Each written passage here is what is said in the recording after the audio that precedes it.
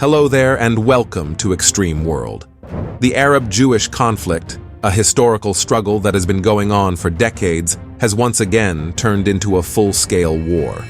Muslim countries, led by Arab countries, declared jihad in response to the Israeli army's attack on Gaza. It marked a resurgence of Arab-Jewish conflict after years of relative calm. Arab countries united against Israel have pledged their support to Palestine. In response to a call by Ismail Haniyeh, the head of Hamas's political bureau, these countries have mobilized their military forces and are sending tens of thousands of troops to Gaza.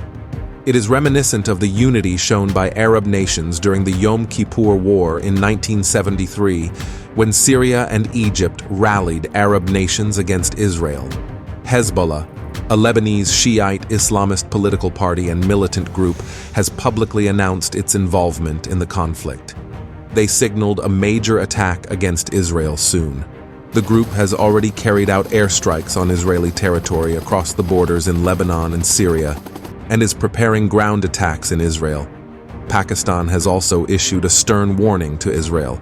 The Pakistani government has announced that it will hand over its ballistic missiles to Hamas if Israel does not stop airstrikes on Gaza.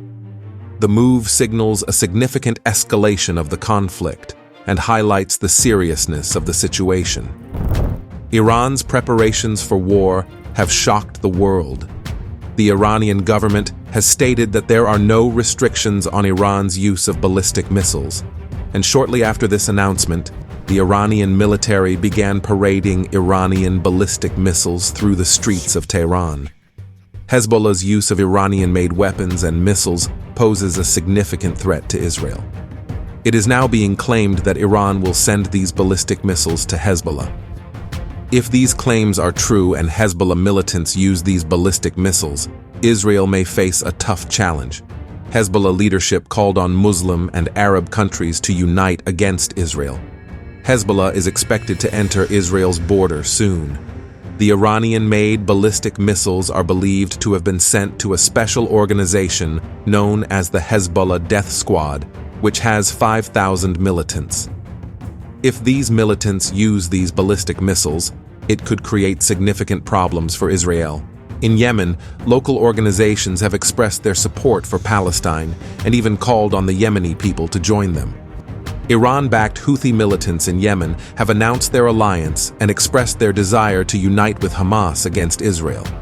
A recent incident in which a U.S. military ship was targeted by Houthi militants near Yemen added to this concern. Meanwhile, Russia and North Korea have expressed strong support for Palestine. Russian President Vladimir Putin said U.S. Navy ships sent to support Israel had been targeted.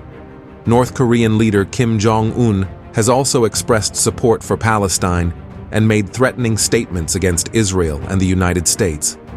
Russian Foreign Minister Sergei Lavrov's recent visit to North Korea has fueled speculation about a possible alliance between Russia and North Korea against Israel and the United States. Both Russia and North Korea have a history of military cooperation, and their combined support for Palestine could potentially lead to a significant escalation in the conflict. North Korea's nuclear capabilities add another layer of complexity to the situation. As of the early 2020s, North Korea has an arsenal of 30 to 40 nuclear weapons and is estimated to have produced enough fissile material for 10 to 6 nuclear weapons each year. Uncertainty surrounding North Korea's current nuclear missile inventory and military forces raises concerns about its potential impact on the conflict. The ongoing war between Russia and Ukraine has seen significant U.S. military support for Ukraine. This has led to speculation that Russia may use the Israel-Hamas conflict as an opportunity to counter U.S. influence. It is known that Russia provides military support to Hezbollah forces. Russia and North Korea raise questions about whether the United States could provide military aid to Palestine against the United States. India's decision to side with Israel rather than Palestine has also been controversial, given its large Muslim population. The decision is believed to be influenced by India's ongoing conflict with Pakistan. The Kashmir region, a disputed territory between India and Pakistan, has been a source of tension for decades.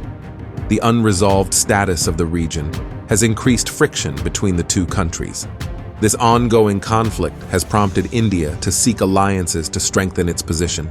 In this context, India has chosen to align itself with the United States and Israel, two countries with significant influence on the world stage. This alignment has implications for the current conflict between Israel and Hamas.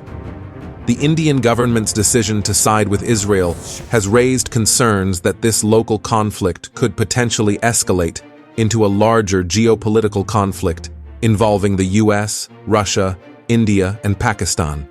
British Prime Minister Rishi Sunak, who has previously condemned Israel's attacks on Gaza, recently expressed support for Israel. Israeli President Isaac Herzog urged Prime Minister Sunak to stop pro-Hamas and anti-Israel coverage on the BBC. This request underscores the complex dynamics of international politics and the media's influence in shaping public opinion in times of conflict. Meanwhile, the situation in the Middle East is more complicated with the involvement of the Lebanese-based militant group Hezbollah. Recent attacks on U.S. military bases near Baghdad airport in Iraq and in the Syrian city of Deir ez-Zor have drawn global attention. These incidents have raised concerns about a possible escalation of conflict between Hezbollah and the United States. Hezbollah militants are also launching airstrikes into Israel across the Lebanese border. The Israel Defense Forces, IDF, said the rocket attacks were carried out with the approval of Hezbollah and vowed to retaliate. The ongoing conflicts in these regions are not isolated events, but interconnected through a complex web of geopolitical alliances and rivalries. Escalation of this conflict could potentially attract various global powers, leading to a wider international crisis. Therefore, diplomatic efforts to diffuse tensions and resolve these disputes are crucial to maintaining regional stability and world peace. Rising tensions in the Middle East are being influenced by a complex web of international relations and alliances. The involvement of global powers like the US, Russia, and North Korea adds another layer of complexity to the situation. As these countries navigate their alliances and interests, the potential for a significant escalation of conflict remains a worrisome prospect. The growing tensions in the Middle East have been further complicated by the collusion of various global powers. The US-owned Conoco military base in Deir ez-Zor, Syria, has recently been targeted by Iranian-backed militias. The attack, among others, raised concerns about the future of the US presence in the Middle East. Iran's possible support to Hezbollah by supplying ballistic missiles could worsen the situation. The situation in the Middle East is highly volatile, and tensions are rising rapidly.